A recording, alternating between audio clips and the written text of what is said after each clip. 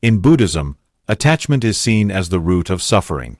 When we cling to possessions, people, or outcomes, we create unnecessary mental stress. Attachment clouds our minds, making us dependent on things outside ourselves for happiness. The truth is, nothing is permanent. By releasing attachment, we cultivate mental freedom and resilience, embracing life's flow instead of holding on to fleeting moments. In this article, we'll explore 10 habits that can make you mentally weak, as seen through the lens of Buddhism. From clinging to attachments to avoiding difficult emotions, we'll dive into the habits that drain your mental strength and how Buddhism can guide you to a more peaceful, resilient mind. Negative thinking and self-criticism. Building on the concept of attachment, another habit that weakens our minds is the constant cycle of negative thinking and self-criticism. When we hold on to negative thoughts about ourselves or others, it creates a mental prison.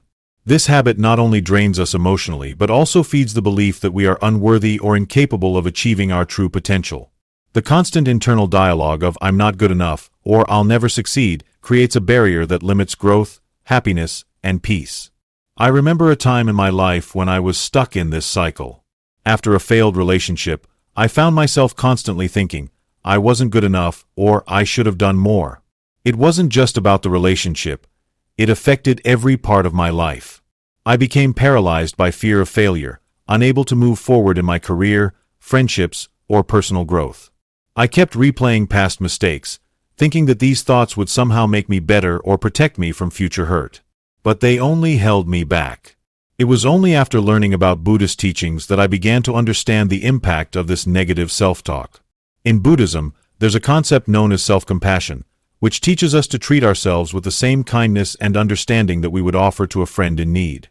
This means acknowledging our flaws without judgment, accepting our imperfections, and reframing our mistakes as opportunities to grow, rather than labels of failure. The Buddha's teachings remind us that we are all human, and it's our very humanity, our ability to learn from mistakes, that makes us resilient. The first step in overcoming negative thinking is becoming aware of it. Just as in mindfulness practice, we are encouraged to notice the thoughts that arise without attaching judgment to them. When negative thoughts appear, we should simply observe them and let them pass, rather than letting them define our worth. Buddhists believe that by practicing mindfulness, we can separate ourselves from these thoughts and see them for what they truly are: temporary and often distorted perceptions. Imagine how much mental space is freed when you stop engaging with your inner critic. Instead of wasting energy on what-ifs or regret, you can focus on the present moment, acting with clarity and intention. Over time, this practice builds mental strength, resilience, and a deep sense of self-acceptance. Rather than seeing every flaw as a reflection of inadequacy, we begin to see them as opportunities to improve, evolve, and become the best version of ourselves. The real power comes when we begin to replace self-criticism with self-encouragement.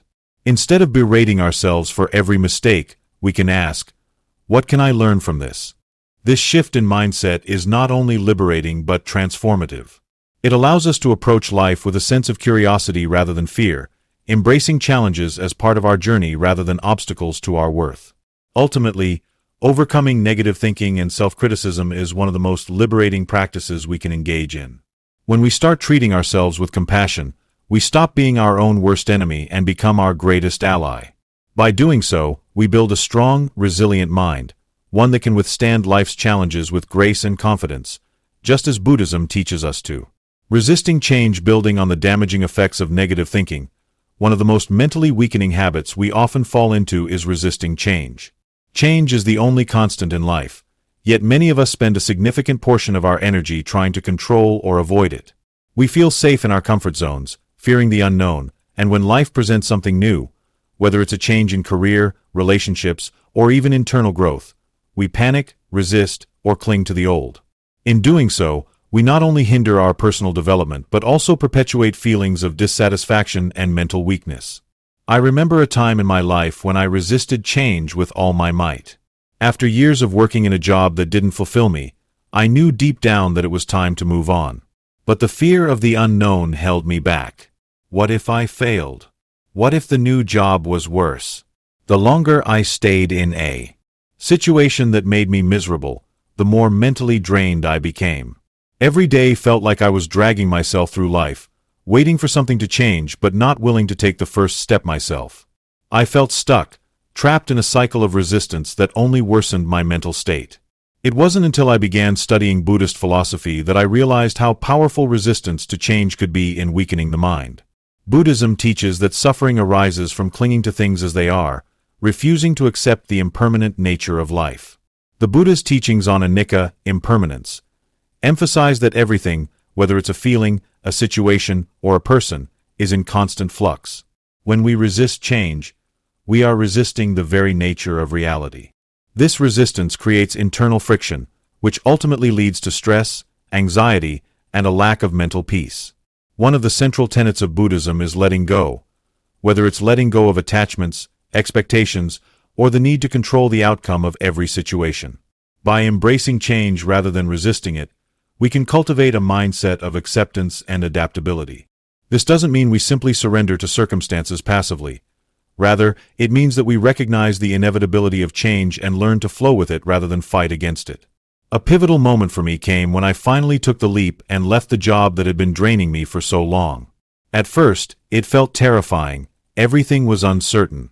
But once I embraced the change, I realized something incredible. I felt lighter, freer, and more in control of my own path. The mental block that had been holding me back dissolved, and I was able to move forward with a renewed sense of purpose. This experience taught me that resisting change only keeps us stuck in fear and dissatisfaction. But when we accept change, we open the door to new opportunities and growth. In Buddhist practice, we are encouraged to cultivate mindfulness and presence, which can help us navigate the inevitable changes of life. By staying rooted in the present moment, rather than clinging to the past or fearing the future, we develop the mental strength to face change with grace. This shift in perspective not only eases our minds but strengthens them, because the ability to adapt is a sign of a resilient, flexible mind. Ultimately, embracing change is not just about surviving life's inevitable shifts, but about thriving in them. By releasing resistance, we allow ourselves to grow, evolve, and become stronger. Through Buddhist wisdom, we learn that change, though uncomfortable, is an essential part of our journey, and it's the key to unlocking our fullest potential. Lack of mindfulness and presence. Building upon the theme of resisting change, one of the most insidious habits that contributes to mental weakness is a lack of mindfulness and presence. When we are not fully present in the moment, our minds scatter in countless directions, focusing on past regrets, future anxieties, or distractions from the present. This mental fragmentation diminishes our ability to engage with life meaningfully, making us more susceptible to stress, anxiety, and emotional burnout. I remember a period when my mind was constantly running in 1,000 directions. I would sit with friends, and instead of enjoying the conversation, I'd think about an argument I had earlier in the day, or worry about an upcoming meeting. I was physically there, but my mind was elsewhere. It wasn't until I discovered the teachings of Buddhism that I realized how detrimental this lack of presence was to my mental well-being. Buddhist practice emphasizes mindfulness, the art of being fully engaged in whatever we are doing, whether it's something as simple as drinking a cup of tea or as complex as navigating a challenging conversation. The Buddha taught that our minds are often caught in the cycle of craving and aversion, which keeps us stuck in a loop of dissatisfaction. When we're not mindful, we get swept up in these mental distractions, which makes us react impulsively, instead of responding with clarity and intention.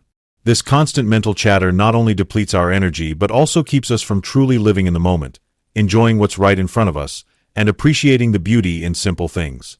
When we fail to be present, we miss the very life that's happening now. One vivid moment comes to mind.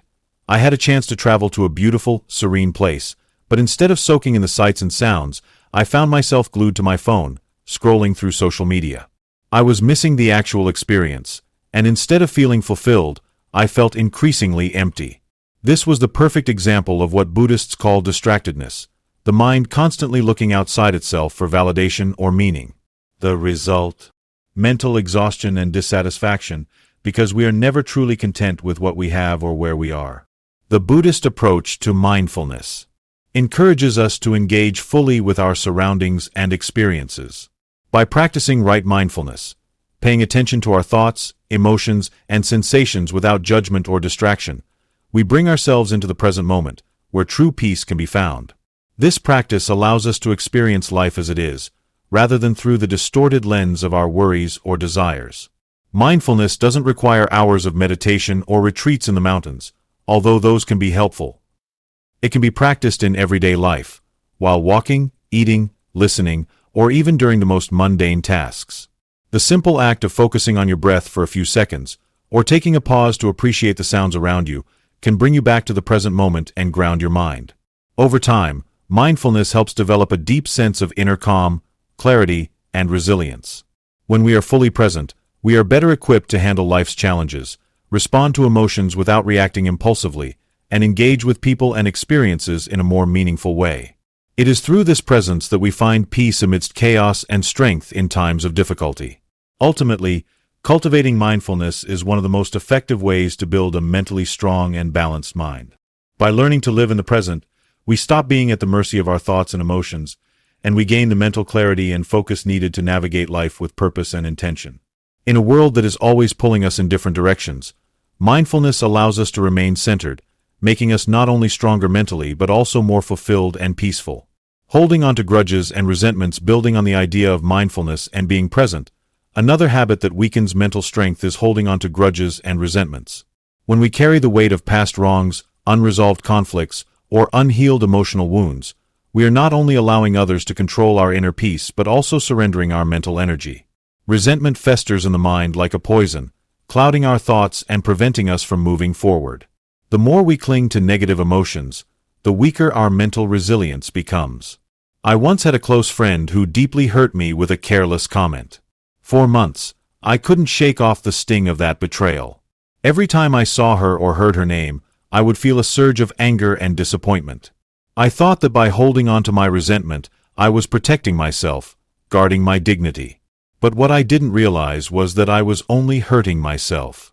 The emotional energy I expended every time I rehashed the incident drained my mental resources and prevented me from fully embracing the present moment. This experience of holding on to resentment is a powerful example of how we can unknowingly sabotage our mental well-being. Buddhism teaches us that holding on to anger or grudges does not hurt the other person, it only harms us. The Buddha often spoke about the destructive nature of hatred and anger, describing them as feelings that bind us to suffering. In fact, the Buddha said, holding on to anger is like drinking poison and expecting the other person to die. This powerful metaphor captures how futile and self-destructive it is to hold on to negative emotions that, in reality, only affect our own peace of mind. When we allow resentment to persist, we essentially give away our mental energy. Each thought about the past wrongs usurps our attention, preventing us from focusing on the present or nurturing new, positive relationships. This is especially dangerous because it becomes a cycle. The more we focus on the hurt, the more it grows. We replay the same hurtful events over and over, which deepens our emotional wound and keeps us trapped in the past. Buddhism offers a powerful remedy for this habit: forgiveness. Forgiveness is not about excusing the wrongdoer's actions, but about freeing ourselves from the mental prison we've created. By letting go of grudges, we reclaim our mental power and emotional peace. It's important to note that forgiveness does not mean we have to forget or allow ourselves to be harmed again. Rather, it means we stop carrying the burden of anger and resentment. We choose to move forward, not with bitterness, but with the understanding that holding on to negative emotions only keeps us stuck in suffering. When I finally decided to forgive my friend, it wasn't easy. The memories of the hurt were still fresh, and the temptation to hold on to my anger was strong. But as I let go, something remarkable happened. I felt lighter, more at peace with myself, and, surprisingly, more compassionate toward her. I realized that forgiveness wasn't just for her, it was for me. By letting go, I reclaimed my mental strength and allowed myself the freedom to heal and grow. Ultimately, releasing grudges and resentment is one of the most empowering things you can do for your mental health. Buddhism teaches that by letting go of anger, we open the door to inner peace, clarity, and true freedom. The act of forgiveness allows us to free ourselves from the past, enabling us to move forward with a strong, resilient mind. When we stop holding on to past hurts, we not only reclaim our peace, but we also cultivate the mental strength needed to face whatever challenges lie ahead. Avoiding difficult emotions, building on the idea of releasing grudges and resentment. Another habit that weakens our mental strength is avoiding difficult emotions. Many of us tend to shy away from feelings like sadness, fear, anxiety, or anger because they are uncomfortable. We try to numb or suppress them through distractions, whether it's work, social media, alcohol, or even overeating. But by avoiding difficult emotions, we only delay the inevitable. These feelings will resurface later, often more intense and harder to manage. Avoidance weakens our mental resilience and prevents us from developing the emotional intelligence needed to handle life's challenges. I remember a time when I tried to avoid feeling the weight of a personal loss. A close family member had passed away, and instead of allowing myself to grieve, I kept myself busy, filling my days with work, staying up late, or going out with friends to avoid facing the painful truth. I thought I was being strong, pushing through without breaking down. But the truth was, I wasn't dealing with the emotions at all. I was running from them. And that avoidance only made the pain linger longer and hurt deeper. It wasn't until I encountered Buddhist teachings on mindfulness and impermanence that I began to understand the importance of embracing difficult emotions. Buddhism teaches that emotions, both good and bad, are a natural part of being human. They arise, they pass, and they're not permanent. By acknowledging and experiencing our emotions fully, we can let them flow through us instead of becoming trapped by them. The Buddha encouraged us to face our suffering, not to run from it, because it is only by accepting the full range of our emotional experience that we can truly heal and grow. Avoiding difficult emotions is like putting a bandage on a wound without cleaning it. The wound might seem fine on the surface, but underneath, it festers and grows worse over time. In Buddhist practice, we are taught to meet emotions with acceptance and compassion. Instead of labeling them as good or bad, we are encouraged to simply observe them. When we allow ourselves to feel sadness, for example, without judgment or resistance, we can process the emotion more effectively, without it controlling us. This practice is called radical acceptance, fully accepting our feelings without letting them define us. An important lesson I learned was that avoiding emotions doesn't make them go away, it just gives them more power. One of the most transformative moments in my emotional journey came when I stopped trying to escape my grief and simply sat with it. I let myself cry, I let myself feel the pain, and I allowed myself the space to mourn. Over time, that grief lost its power over me. I realized that it was only when I allowed myself to fully experience my emotions that I could begin to heal and grow stronger. Through Buddhism, I learned that emotions are not enemies to be avoided but teachers that show us where we need healing. By learning to face them with mindfulness, we gain the strength to deal with life's inevitable ups and downs. Each difficult emotion we encounter is an opportunity to build emotional resilience, to understand ourselves more deeply, and to respond to future challenges with greater wisdom. Ultimately, avoiding difficult emotions only weakens our mental strength, leaving us more vulnerable to stress and emotional overwhelm. But by embracing our emotions, both the pleasant and the painful, we strengthen our emotional core and develop the mental fortitude needed to navigate life's complexities. Just as the Buddha taught, we can learn to sit with our suffering, face it with grace, and emerge from it more compassionate, more self-aware, and more resilient. Chasing external validation. Building on the idea of embracing our emotions, another habit that weakens our mental resilience is chasing external validation. So many of us seek approval, recognition, and affirmation from others, whether it's through likes on social media, compliments from colleagues, or praise from family and friends.